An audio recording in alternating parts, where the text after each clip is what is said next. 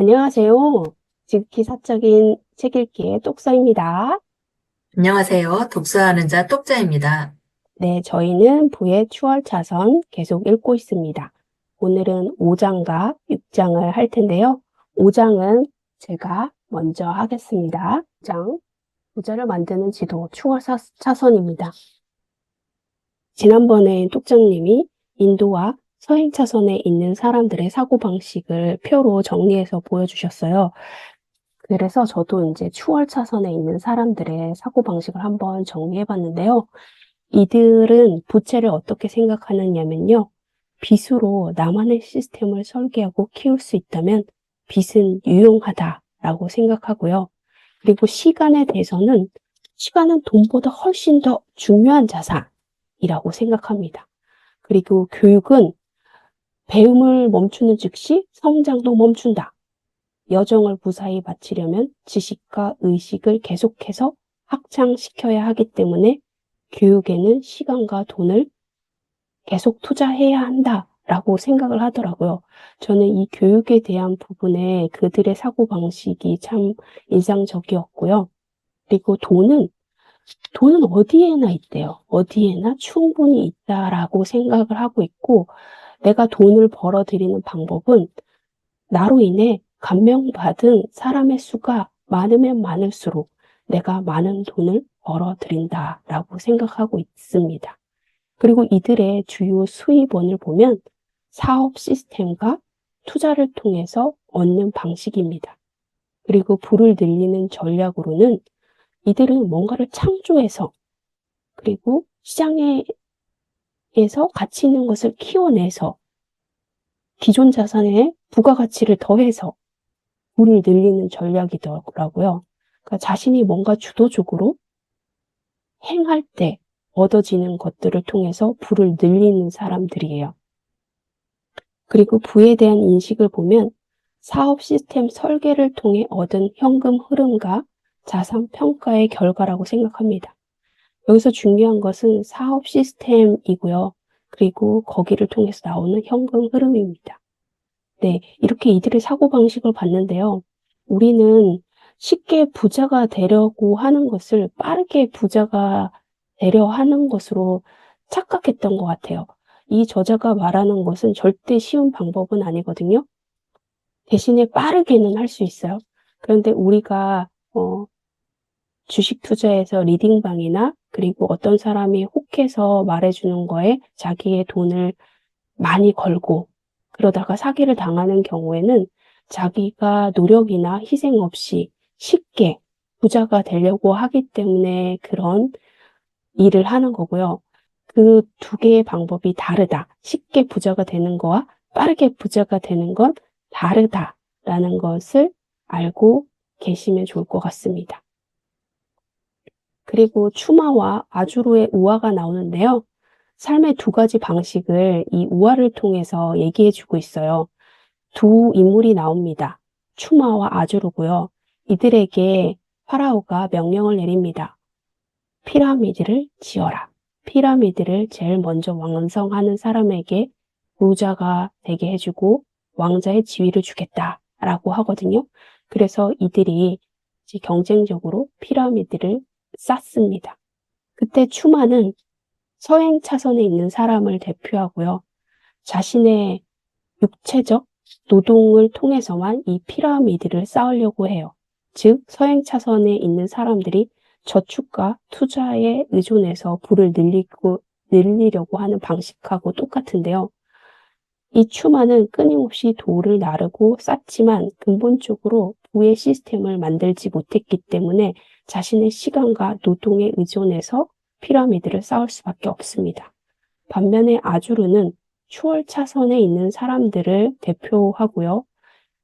아주르는 피라미드를 쌓기에는 자신의 힘이 부족하다는 것을 알고 더 높이 쌓기 위해서는 뭔가 기계가 필요하지 않을까라고 장기적인 전략을 통해서 기계를 만듭니다.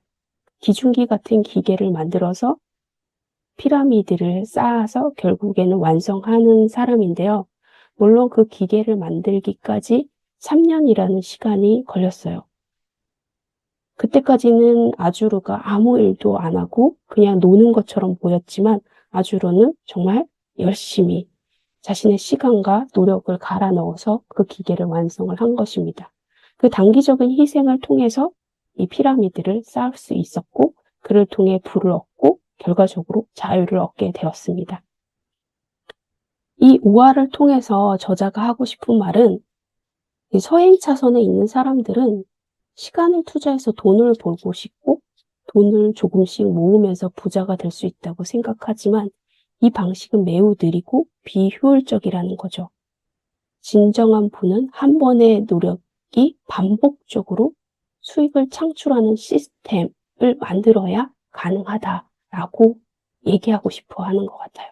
정말 부자가 되고 싶으면 서행 차선에 있는 것이 아니라 사업 시스템을 활용해서 추월 차선으로 갈아타라라고 얘기를 하고 있고요. 그리고 17이 직장 같은 사업은 시스템으로 굴려라인데요.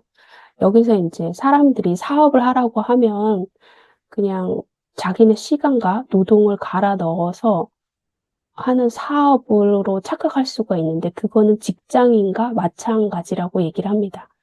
이 저자가 얘기하고 싶은 방식은 시스템화된 사업을 말을 하고 싶어 하는 거예요. 그래서 구분을 짓고 있습니다.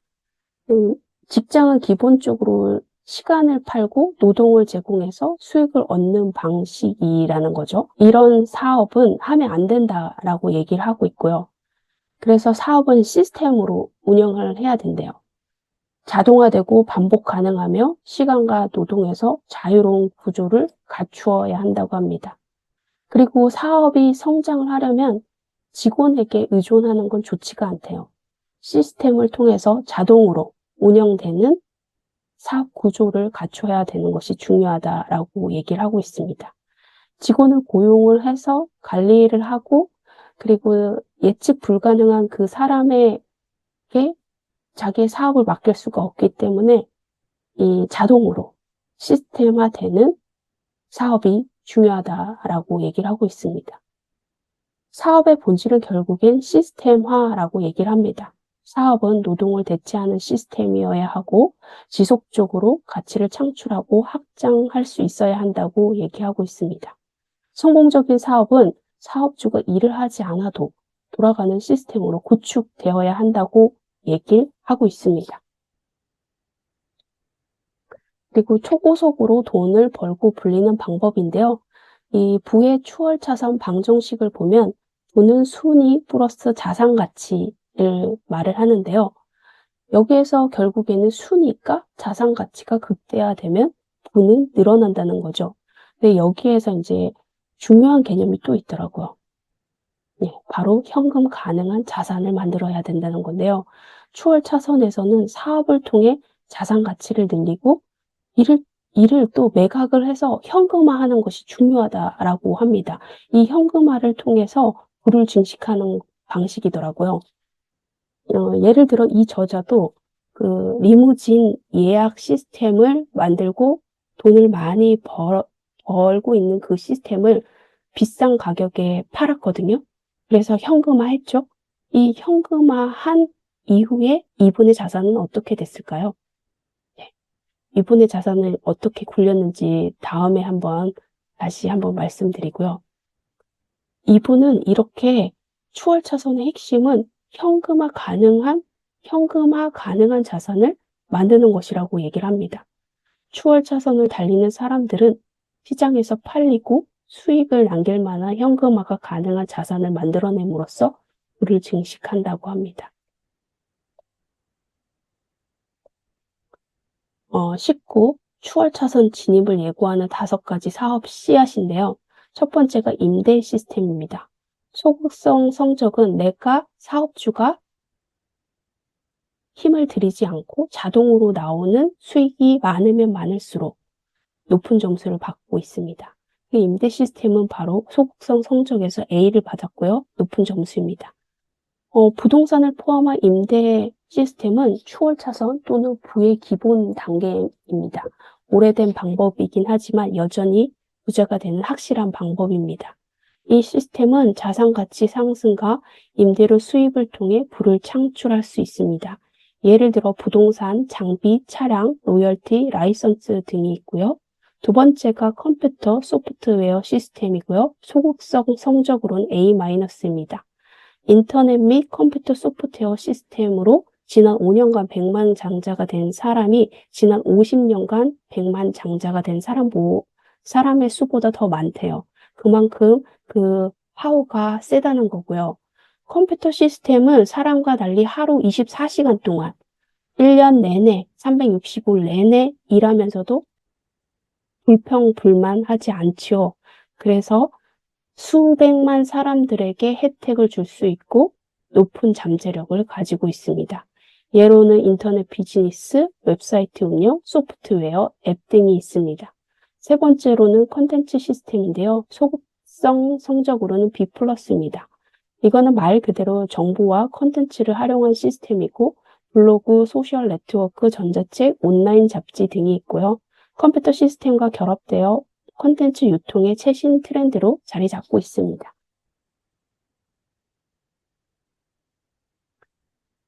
네 번째가 유통 시스템입니다. 소극성 성적으로는 B를 받았고요. 우선은 제품의 개발의 절반은 유통에 달려 있다는 말이 있습니다. 이 말은 아무리 훌륭한 제품이라도 유통 과정에서 팔리지 않으면 소용없다라는 말인데요. 그만큼 이 유통망이 중요하다는 겁니다. 효과적인 유통망을 통해서 사업을 확장할 수 있으며 규모의 경제를 실현할 수 있습니다. 예로는 아마존, 앱스토어, 프랜차이즈, 체인점이 있습니다. 다섯 번째로 인적자원 시스템이 있는데요. 소극성 성적에 C를 맞았습니다. 우선은 인적 자원을 활용하는 시스템은 예측 불가능하고 관리가 어려워 비용이 많이 든다는 단점이 있는데요. 그래서 당신의 자유를 희생시키고 싶지 않다면 이 시스템을 피하는 게 좋다라고 말하고 있습니다. 예시로는 직원 의존도가 높은 사업이 있는데요. 결론적으로 이 시스템을 한 가지만 하는 건 아니고요.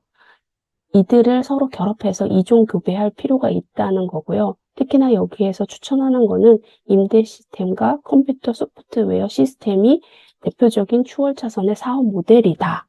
더 큰 부를 창출할 가능성이 크다라고 얘기하고 있습니다. 그리고 부자가 복리를 활용하는 방식인데요. 이제 서행 차선에 있는 사람들의 복리는 시간의 복리를 활용하거든요. 그래서 파도가 바다로부터 수만 마일 떨어진 곳에서부터 파도를 타기 시작한대요. 수만 마일 떨어질 때 파도는 높지 않죠. 아주 잔잔하죠. 그때부터 복리를 사용하니까 효과적으로 불을 늘릴 수가 없어요. 이들이 생각하는 건 오로지 시간의 누적만을 복리로 생각하는데요. 추월 차선에 있는 사람들은 반대로 바로 파도가 가장 높은 지점, 즉 해안가 근처에서부터 파도를 타기 시작한대요. 그게 아까 이분이 빠르게 부자가 돼서 현금화한 그 돈으로 복리의 힘을 이용하는 겁니다.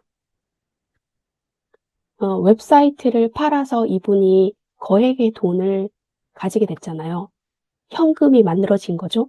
이 현금을 가지고 복리를 활용하는 겁니다. 그때부터 이분이 채권 투자를 하셨대요. 채권은 안정적인 소득 흐름, 이자라는 소득, 현금 흐름이 발생이 되잖아요. 이렇게 목돈을 가지고 복리를 효율적으로 활용한 거죠. 결론은 부자들은 빠르게 목돈을 마련한 다음에 복리를 활용해서 지속적이고 안정적인 소득을 만들어낸다는 겁니다. 즉 부자들은 복리를 부창출을 위해 사용하는 게 아니라 소득, 현금 흐름, 이자를 마련하고요. 그리고 유동성을 위해 사용한다는 점입니다. 언제든지 현금으로 인출 가능한 것으로 사용한다는 거예요. 네, 저는 6장 지금 당신 인생의 운전대를 잡아라 부분을 리뷰할 예정인데요. 여기에 있는 그 목차를 한번 말씀드려보고 저는 그 중에 두 개에 대해서 이야기해 보도록 하겠습니다. 먼저 22, 당신을 소유하고 있는 것은 누구인가? 23, 수백 가지 선택의 결과가 지금의 당신이다. 24, 자동차 앞 유리부터 닦아라. 25. 역풍으로 작용하는 사람들에게 등을 돌려라. 26. 노동시간은 자유시간의 대가다. 27. 시스템과 돈나무를 키우는 교육. 28. 시스템과 사업에 진정으로 헌신하고 있는가로 구성되어 있습니다. 먼저 24. 자동차 앞유리부터 닦아라를 보도록 하겠습니다. 여기 각 장마다 이제 어떤 문구들을 공유해 주시는데 이게 좀 이 부분을 잘 설명하고 있는 것 같아서 한번 보도록 하겠습니다. 현재의 우리를 이해하기 전까지 미래의 우리를 향해 나아갈 수 없다. 샬럿 길먼이 한 얘기인데요. 먼저 지금 내가 어떤지를 좀 파악을 해둬야 이제 앞으로 나아갈 수 있다는 의도로 볼 수 있겠습니다. 여기 예시로 나오는 게 이제 람보르기니에 기름을 넣고 있는 저자에게 10대가 사진을 요청하면서 찍을 수 있을 때 많이 찍어둬야겠어요. 전 이런 차 절대 못 살 테니까요. 말하는 거를 들었습니다. 이 소녀는 세상의 풍파로부터 보호하려고 스스로 세워놓은 앞 유리창 때문에 제한된 시야로 살아가는 것의 의미를 이해하지 못하고 있는 상태인데요. 지금 이 저자 같은 경우는 똑같이 람보르기니를 봤을 때, 나도 어떻게 하면 저 차를 탈 수 있을까를 고민을 했는데, 이분이 만났던 그 10대의 소녀는 난 안 된다고 생각을 했던 거죠. 여기서 지각 선택과 행동 선택에 대한 이야기가 나오는데요. 지각 선택이 이제 말했던 난 이렇게 해야겠어. 이고 행동은 어떻게 행동할 건지를 정하는 건데요. 그 믿음에 일치하는 방식으로 사람이 행동을 하게 됩니다. 그래서 과속 딱지를 뗐다고 하면 이제 화내거나 고마워하거나 이렇게 두 가지를 선택을 할 수 있는데요. 나는 어떤 선택을 하고 있는지를 좀 생각을 해봐야 될 것 같습니다. 그래서 앞유리창 청소는 소리 내서 말하는 것부터 시작된다고 합니다. 가능해? 극복할 수 있어. 나는 무엇을 할 거야? 나는 할 수 있어. 이렇게 생각을 해야 이제 내 인생의 운전대를 제대로 잡고 나아갈 수 있다는 이야기입니다. 여기서 운전자를 위한 조언으로 나은 선택과 나은 인생에 대해 이야기하는데요. 이제 두 가지 방법으로 의사결정을 하는 걸 예시로 들고 있습니다. 먼저 최악의 결과 분석법은 미래를 내다보는 능력과 잠재적 결과를 분석하는 능력이 필요하다는 것이고, 여기서 최악의 결과라고 하면 내가 이 일을 했을 때 발생할 수 있는 최악의 결과는 뭐지? 그 일이 발생할 확률은 어떻게 되지? 이 일이 발생했을 때 리스크는 내가 받아들일 수 있는 것인가를 가지고 판단을 하는 것이고요. 여기 예시로 가중평균 의사결정 매트릭스라고 WADM, Weighted Average Decision Making 표를 좀 설명을 하시고 계신데요. 이게 좀 저한테 인상적이었어요. 그래서 저도 뭔가 결정을 할 때 머릿속으로만 생각을 하다 보면 이제 좀 감정적인 판단을 하는 경우가 많이 있었던 것 같아요. 그래서 이렇게 각 요인별을 적고 내가 가고자 하는 이 저자는 디트로이트로 갈까 피닉스로 갈까를 고민을 했는데 여기에 해당하는 이 표는 일부만 좀 가져왔고요. 각 항목에 대한 가중치를 두고 점수의 합계를 내서 이제 판단을 해보는 방법입니다. 먼저 날씨는 되게 중요하니까 10점 가중치를 두고 디트로이트는 날씨가 2라고 하면 2 곱하기 10인 20점을 주고 피닉스는 날씨가 10이고 8점을 줬기 때문에 80점을 받았습니다. 사업 환경은 디트로이트는 6인데 가중치가 2이기 때문에 12점이고 피닉스는 4점인데 가중치가 2여서 8점을 받았습니다. 안전은 가중치 4, 디트로이트는 3점을 받아서 12점, 피닉스는 6점을 받아서 24점. 가족으로부터의 거리는 가중치가 7이고 디트로이트는 10점, 70점, 피닉스는 0점. 그래서 요거를 개를 내면 디트로이트는 114점, 피닉스는 112점이 나와서 이제 저자가 뭔가 판단을 할 때 이런 식으로 의사결정을 했다고 합니다. 또 기억은 배반적이거나 촉진적이라는 이야기를 하는데요. 예를 들어서 프랜차이즈 레스토랑 사업을 시작했다가 실패를 했다고 하면 어떤 사람은 다시는 안 할 거야. 프랜차이즈는 나랑 안 맞아. 라고 생각할 수도 있고 다음에는 프랜차이즈를 사지 말고 내가 파는 사람이 돼야겠다라고 생각하는 두 가지 경우가 있는데요. 나는 어떤 사람인지를 좀 생각해 보게 되었고 실패가 인생에 좀 생긴다고 하면 미래를 변화시키는 원동력으로 삼고 미래에 되고자 하는 그 사람이 되기 위해서 어떻게 해야 할지를 좀 생각하면 좋겠다는 것을 느꼈습니다. 그래서 제 인생인데 내가 어떤 식으로 생각하고 있는지 좀 긍정적이고 할 수 있다라고 생각하는 사람이 되었으면 좋겠다라는 걸 느낀 장이었습니다. 다음은 26, 노동시간은 자유시간의 대가다인데요. 여기에서 나오는 문구를 한번 읽어보겠습니다. 시간은 케이크같이 다른 이와 나눌 수 있는 물건이 아니다. 시간은 삶의 핵심이다. 누군가가 당신에게 당신의 시간을 달라고 한다면 분명 그들은 삶의 일부를 요구하고 있는 것이다. 앙뚜아네트 보스코가 한 말인데요. 여기 예시로 6달러짜리 치킨 박스를 대규모 패스트푸드 레스토랑에서 인터넷 쿠폰을 제공을 했습니다. 그러면 이 6달러짜리 치킨 박스를 받기 위해서 몇 시간을 기다릴 것인가? 나는 퇴근하고 집에 오면 그 미국인들이 TV를 4시간 정도 본다고 하는데요. 이렇게 그냥 치킨을 얻기 위해서 줄을 서 있거나 TV를 보면서 보내는 이런 시간들, 나는 시간을 제대로 쓰고 있는 것인가라고 좀 생각을 해보게 되었습니다. 여기에서 좀 제 머리를 때린 말이 나오는데요. 노동시간은 자유시간의 대가다. 일생은 자유시간과 노동시간으로 구성되어 있고, 즐기면서 쓰는 자유시간은 이제 대부분의 사람들이 돈과 바꾸지 않는 주말이나 저녁에 집중해서 사용을 하게 됩니다. 그러니까 회사에서도 좀 여유가 있으면, 오늘 퇴근하면 뭐 하지? 주말에는 뭐 하지?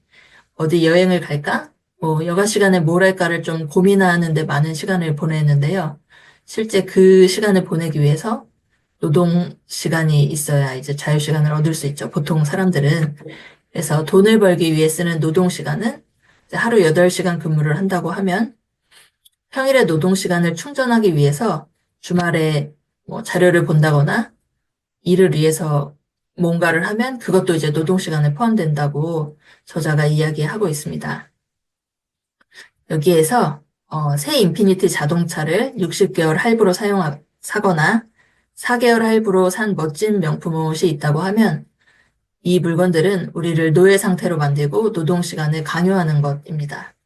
미국은 신용카드를 엄청 많이 사용하고 주급을 받아서 그걸로 월세를 내고 물건을 사는 데 많이 사용해서 이제 저축하는 비율이 많지 않다고 하더라고요. 그래서 이렇게 신용카드에 의존한 삶은 자유시간을 잡아먹고 노동시간으로 내뱉는 기생적인 부채라고 하고 있습니다. 이 부분을 읽으면서 제가 예전에 인타임이라는 영화를 본 적이 있었는데요. 그 영화의 내용이 모든 사람이 태어나면 25세에서 이제 인생이 멈추고 노화가 멈춘다고 해야 되겠죠? 그러니까 25세인 상태에서 보통 사람은 1년의 시간을 부여를 받고 그 시간을 가지고 집세도 내고 먹을 것도 사 먹고 차도 타고 하는 걸 쓰면서 살아야 하는 거예요. 그리고 부자들은 몇천 년, 몇만 년의 시간을 가지고 25세에 머물러서 그냥 인생을 즐기면서 살 수 있는 세상입니다. 그래서 주인공이 어머니인데도 이제 25세에 머물러 있으시니까 친구처럼 보이는데요. 일을 하고 오시다가 이제 시간이 조금 남아 있었는데 그걸로 버스를 타고 집에 가서 이제 주인공한테 시간을 받았어야 하는데 버스비가 부족했던 거예요. 그래서 집에 걸어오다가 시간이 멈춰서 돌아가시고 주인공이 엄마를 만나게 되는 부분이 나오는데요. 그걸 보면서 나도 내 시간을 주고 노동을 해서 돈을 받아서 이제 그걸로 소비를 하면서 인생을 살아가고 있잖아요. 그래서 이렇게 노동 시간을 자유시간을 노동 시간으로 바꾸고 있는 게 아닌가라는 생각을 좀 했었습니다. 여기서 저자는 초콜릿 칩 쿠키의 법칙을 명심하고 즉각적인 만족을 피하고 궁극적 부의 원천인 자유시간을 확보하도록 노력하자라고 얘기하고 있는데요. 초콜릿 칩 쿠키 법칙은 마트에 갔을 때 초콜릿 칩을 안 사면 안 먹으니까 배부를 일도 없고 살찔 일도 없다는 것입니다. 이것도 조금 와닿는데 어디 배고플 때 마트에 가면 뭔가 많이 집어오게 되잖아요. 그래서 과자를 사오면 꼭 집에서 그거를 먹게 되더라고요. 아마 안 사왔으면 밖에 나가서까지 사 먹지는 않았을 텐데. 그래서 이런 걸 좀 명심하고 즉각적인 만족을 피하고 내 자유시간을 확보하는 삶을 살면 좋겠다고 생각을 했습니다. 그 다음에 이제 자유시간의 엉성한 평가는 가난으로 가는 길이다라고 하는데요. 정오까지 늘어지게 자기, 몇 시간 동안 리얼리티 쇼 보기, 20달러 절약을 위해 2시간 소비하기, 소셜 네트워크에 몇 시간 쓰기. 이게 이제 예시로 나오는데 남의 일처럼 느껴지진 않았고요. 이렇게 시간의 가치를 제대로 알지 못하는 사람들은 불편함을 감수하는 절약자이고 세일 상품을 사기 위해 새벽 4시까지 월마트에 줄 서는 이야기가 나오는데요.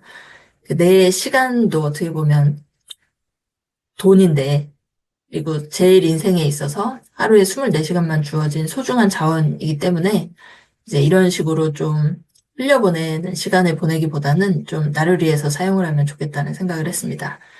나의 수명이 6개월, 6년 남았다면 그때도 이렇게 시간을 보내면서 지낼 것인가? 라는 걸 좀 생각을 해봤을 때 가장 소중한 자산인 시간을 핵심 고려 사항으로 간주하고 시간을 절약하고 소중하게 여겨야 될 것 같습니다. 제가 생각하는 진정한 부는 시간과 공간의 자유라고 생각을 하는데요. 그래서 나에게 주어진 소중한 자산인 시간을 최고로 생각하고 앞으로도 좀 행동을 해야겠다고 생각하면서 이제 읽었던 다음에 부분입니다. 또 만나요. 안녕.